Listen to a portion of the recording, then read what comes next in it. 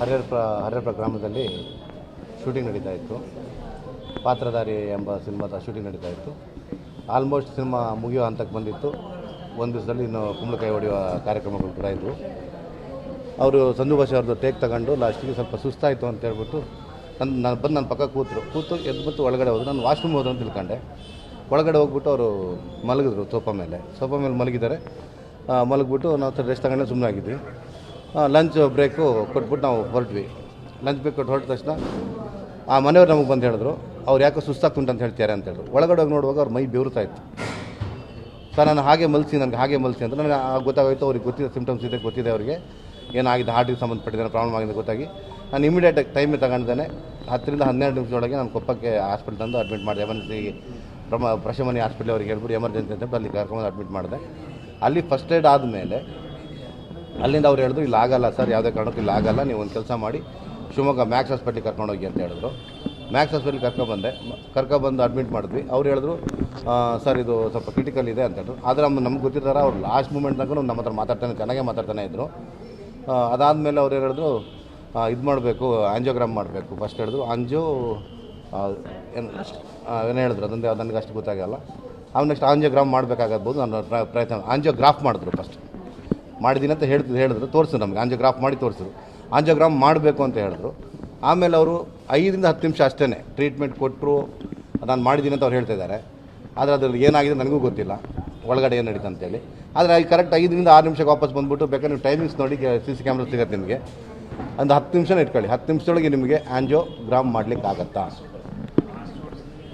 ಒಂದು. ಎರಡನೇದಾಗಿ ಆಂಜಿಯೋಗ್ರಾಫ್ ಮಾಡಲಿಕ್ಕೆ 10 ರಿಂದ 12 ನಿಮಿಷ ಬೇಕಾಗುತ್ತೆ. ಆಂಜಿಯೋಗ್ರಾಮ್ ಮಾಡಲಿಕ್ಕೆ 10 ನಿಮಿಷದೊಳಗೆ ಎಲ್ಲ ಕೆಲಸ ಮುಗಿಯುತ್ತಾ ಅನ್ನೋದು ನನಗೆ ಡೌಟ್ ಬರ್ತಾಯಿದೆ. ನಮ್ಮ ಟೀಮ್ ಅವ್ರಿಗೆ ಅದೇ ಥರ ಡೌಟ್ ಬರ್ತಾಯಿದೆ. ಆ ನಂತರ ನೆಕ್ಸ್ಟು ಅವರಿಗೆ ಮತ್ತೆ ಹೋಗಿ ಎಲ್ಲ ಇದು ಮಾಡಿಬಿಟ್ಟು ಬಂದುಬಿಟ್ಟು 2,38,000 ರೂಪಾಯಿ ನಮಗೆ ಕಟ್ಟಿ ಅಂತ ಹೇಳ್ತಿದ್ದಾರೆ. ಸರ್ ನಾವಿಲ್ಲೆಲ್ಲರೂ ಒಂದೊಂದು ರೂಪಾಯಿಗಳನ್ನ ಹಾಕೊಂಡು ಕೂಡಿಸ್ಕೊಂಡು ನಾವು ಸಿನಿಮಾ ಮಾಡ್ತಾ ಇರೋದು.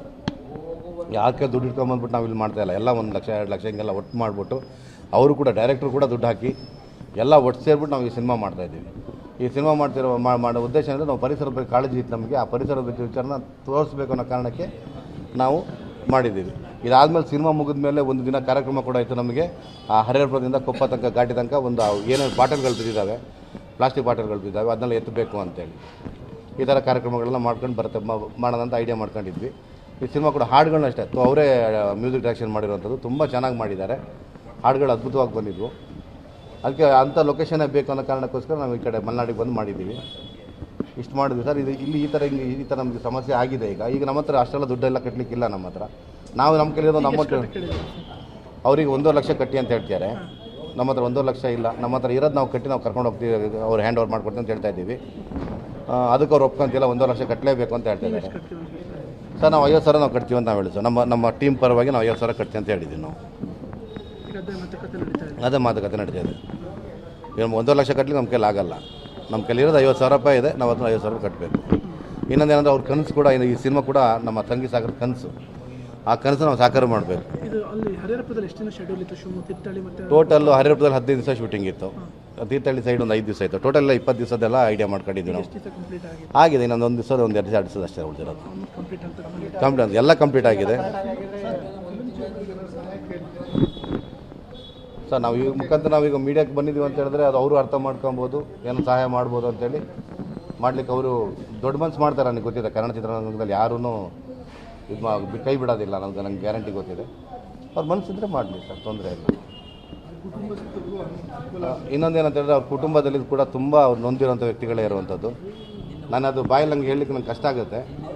ನೀವು ಮೀಡಿಯಾದಲ್ಲಿ ನೀವು ಅದು ತೋರಿಸಿದ್ದಾರೆ, ಅವ್ರಿಗೊಂದು ಏನೋ ಹೆಲ್ಪ್ ಆಗುತ್ತೆ ಇದರಿಂದ ಅಂತ ನಾನು ಅಂದ್ಕೊತೀನಿ. ನಾನು ಇದು ಒನ್ ಆಫ್ ದಿ ಪ್ರೊಡ್ಯೂಸರು. ಇದು 4-5 ಜನ ಇದ್ದೀವಿ ನಾವು ಪ್ರೊಡ್ಯೂಸರ್ಸು. ನಾನು ಒಬ್ಬ ಅದರಲ್ಲಿ. ಡೇವಿಡ್ ಅಂತೇಳಿ, ಇನ್ನೊಬ್ಬರು ಮಂಜುನಾಥ್ ಅಂತ ಇದ್ದಾರೆ, ಆಮೇಲೆ ಶರವಣ ಅಂತ ಇದ್ದಾರೆ, ಬಾಲಸುಬ್ರಹ್ಮಣ್ಯ ಅಂತ ಇದ್ದಾರೆ, ವೆಂಕಟೇಶ್ ಅಂತ ಇದ್ದಾರೆ. ಒಟ್ಟು 5 ಜನ ಇದ್ದೀವಿ ನಾವು.